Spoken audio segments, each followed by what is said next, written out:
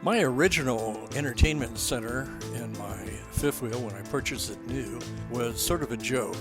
The CDs had a lot of wow and flutter. The radio didn't work very well, and the speakers didn't really bring out very good sound reproduction.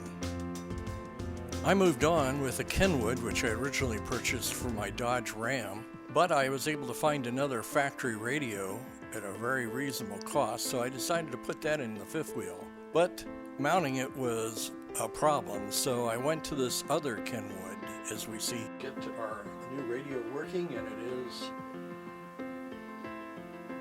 installed. Noticed here, we've got a 12-volt receptacle. I got this at a marine place. I've got a switch here that turns on the light, so then the radio will come on at that point in time. If you turn off the switch, the radio goes off. The reason I have the light is I want to know when this is on. I don't want any undue battery drain, although we can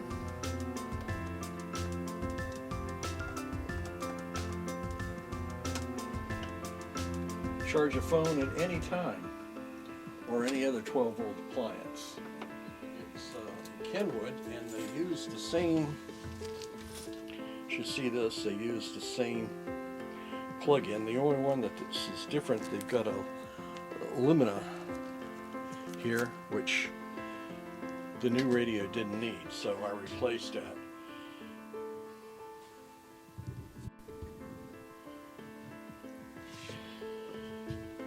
Here's the 12-volt receptacle.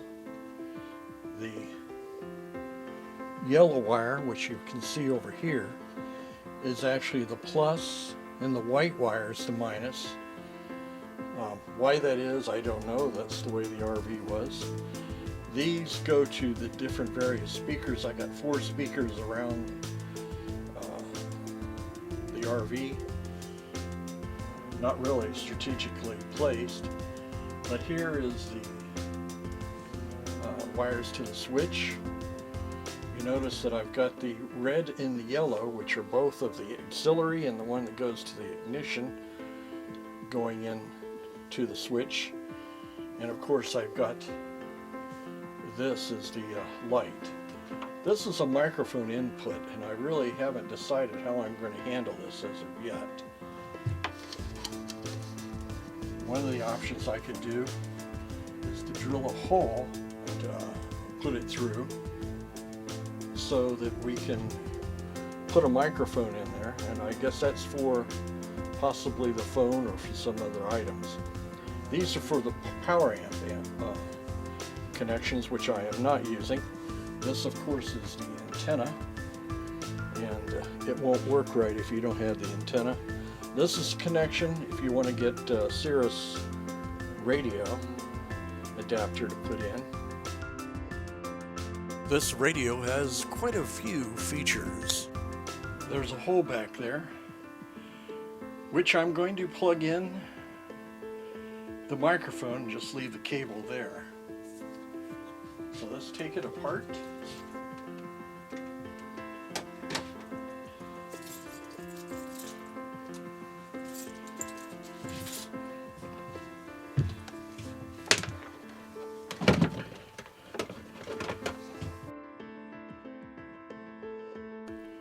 The first diagram is of the linear series model number LS7500 CD that shows the wiring of the speakers and also the 12 volts.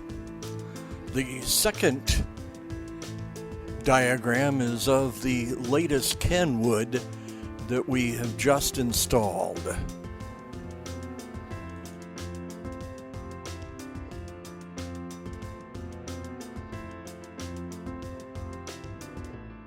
We installed the microphone, as you see in this photo. We have plenty of wire in case we have to take the microphone or other places inside the coach. Well, at this point, we're almost done. We have some cosmetic work to do, and what we decided to do was to make a frame.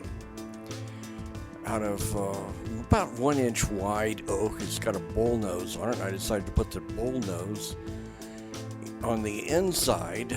With this frame, we get to cover not only the gaps in the wood, but also the screw holes.